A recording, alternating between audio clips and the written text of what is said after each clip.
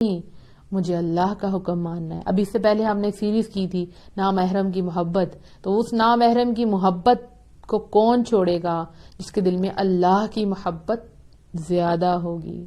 اس کا نفس آگے کھڑا ہو جائے گا, اس کا دل آگے کھڑا ہو جائے گا, اس کی خواہشات اس کے آگے کھڑی ہو جائیں گی, لیکن وہ اللہ کے حکم کے آگے سرنڈر کر دے گی. اور کامیابی گارنٹیڈ ہے. یاد رکھیں, ایسا نہیں ہوا کرتا کہ حق پر آپ چلیں اور آپ اللہ کی مدد کو نہ پائیں. ایسا نہیں ہوا کرتا کہ آپ حق پر چلیں تو آپ کا رب آپ کو اکیلا چھوڑ دے. ایسا نہیں ہوا کرتا. یہ پرومو تھا, اس کو آپ کہیں لکھ کے لگا لیں کہ جب آپ کمزور پڑنے لگیں یہ یاد رکھیں. دیکھیں یہ سچ بات ہے, یہ حق بات ہے. اور اللہ کا ہر حکم ماننے سے انسان کی زندگی پرسکون ہوتی ہے. پریشانیاں آتی ہیں وہ آپ کو بے سکون کرنے کے لیے نہیں آتی, آپ کا لیول آپ کو اپ گریڈ کرنے کے لیے آتی ہیں. اور انسان ایمان میں اوپر جاتا ہے اور پھر انسان کو اس دنیا میں تکالیف کا سامنا کرنا پڑتا ہے جب تک اس کو موت نہ آ جائے. پھر انسان اچھے حالوں میں اللہ سے مل جاتا ہے. الحمدللہ الحمدللہ. تو اس مشکل وقت کو اگر آپ فیس کر رہی ہیں یا آپ کبھی کریں گی تو اس وقت کو گزارنا ہے. کچھ وقت ایسے ہوتے ہیں جن کو صرف گزارنا ہے, جن کو صرف پاس کرنا ہوتا ہے, کیونکہ آپ کو اللہ کا انتظار کرنا ہوتا ہے, اللہ کے حکم کا انتظار کرنا ہوتا ہے, اللہ کی طرف سے آسانی کا انتظار کرنا ہوتا ہے. اس میں ہٹ نہیں جاتے, اس میں رستہ بدل نہیں لیتے.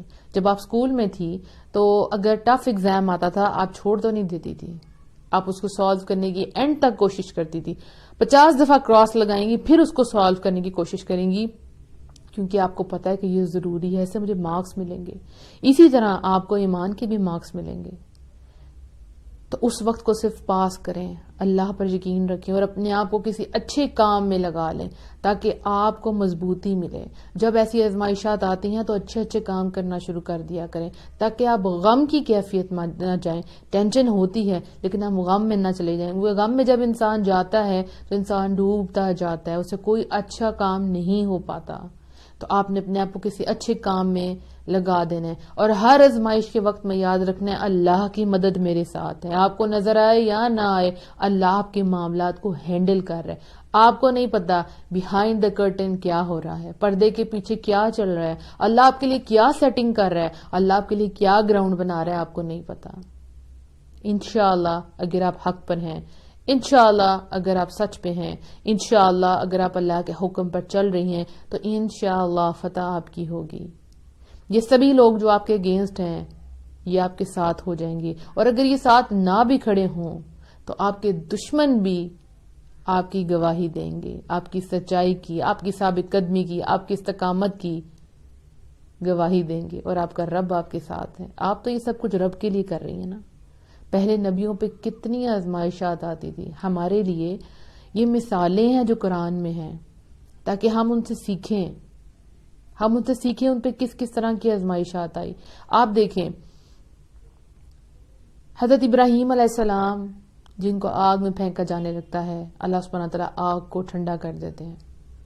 وہ سمندر جو حضرت موسیٰ علیہ السلام کے رستے میں تھا, اللہ سبحانہ تعالیٰ اس سمندر کو پھاڑ دیتے ہیں اور حضرت موسیٰ علیہ السلام اور ان کی قوم کے لیے رستہ بنا دیتے ہیں. وہ صحرا جہاں پانی کا نام و نشان نہیں, اللہ سبحانہ تعالیٰ وہاں حضرت ہاجرہ علیہ السلام کے لیے اور ان کے بیٹے کے لیے پانی نکال دیتے ہیں. حضرت نوح علیہ السلام وہ کشتی بناتے ہیں اور اللہ سبحانہ تعالیٰ انہیں طوفانوں میں سے گزار دیتے ہیں. حضرت یونس علیہ السلام مچھلی کے پیٹ میں چلے جاتے ہیں.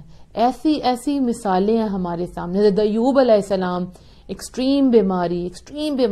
حضرت یوسف علیہ السلام اپنے ہی ان کے اگینسٹ ہو گئے, اپنے ان کے خلاف چالے چلنے لگے, ان کے کریکٹر کے اوپر الزام آتا ہے. لیکن آپ دیکھیں ان سب سچویشنز میں فتح کس کی ہوتی ہے؟ اٹھائیں ہسٹری پڑھیں, کس کی کامیابی ہے؟ ان لوگوں کی جنہوں نے اللہ پر توکل کیا. اللہ سبحانہ تعالیٰ ان کے لیے فطرت کے قانون ہی بدل دیتا ہے. آگ کا ٹھنڈا ہو جانا کیا ہے؟ غیر فطری بات ہے. پانی میں سے خشکی جگہ بن جانا غیر فطری بات. صحرا میں سے خود بخود پانی نکل آنا غیر فطری بات ہے. تو جو حق پہ ہوتے ہیں, جو سچ پہ ہوتے ہیں, اللہ سبحانہ تعالیٰ ان کے لیے فطرت کے رولز ہی بدل دیتے ہیں. اللہ اکبر. یہ ہے اللہ کی مدد, یہ ہے اللہ کی پاور.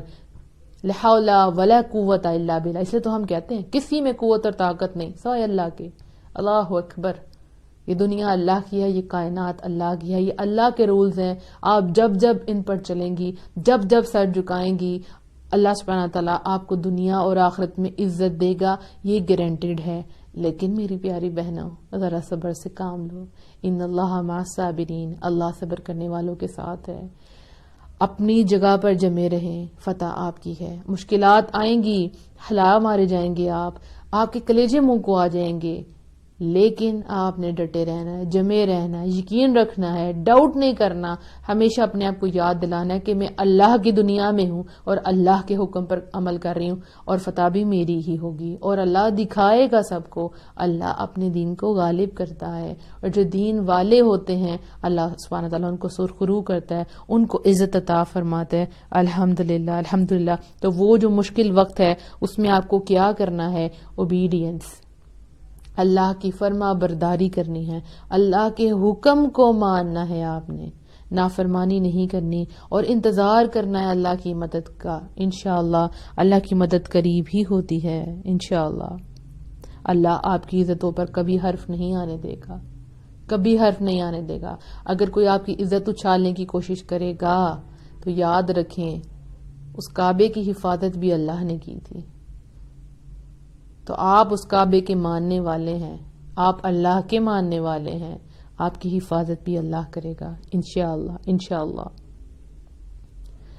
میری کوشش ہوگی کہ یہ سیشنز جو ہیں وہ صرف 30 منٹس کے ہوں تاکہ آپ ایزیلی اس کو سن سکیں. لاسٹ ٹائم ہمارے آئی تھنک 15 to 16 منٹس کے ہوتے تھے، تو ابھی میکسیمم میرا ہوگا کہ 30 منٹس کے لیکچر ہوں تاکہ آپ ایزیلی اس کو سن سکیں. اور آپ کے جو بھی سوالات ہیں آہستہ آہستہ ان کا سب کو جواب دیا جائے گا. انشاءاللہ آپ کو اور زیادہ مضبوط کیا جائے گا. انشاءاللہ اپنی دعاؤں میں مجھے، میری ٹیم کو، میرے گھر والوں کو اور میرے بیٹے کو یاد رکھیے گا. وآخر دعوانا ان الحمد للہ رب العالمین. السلام علیکم ورحمۃ اللہ وبرکاتہ.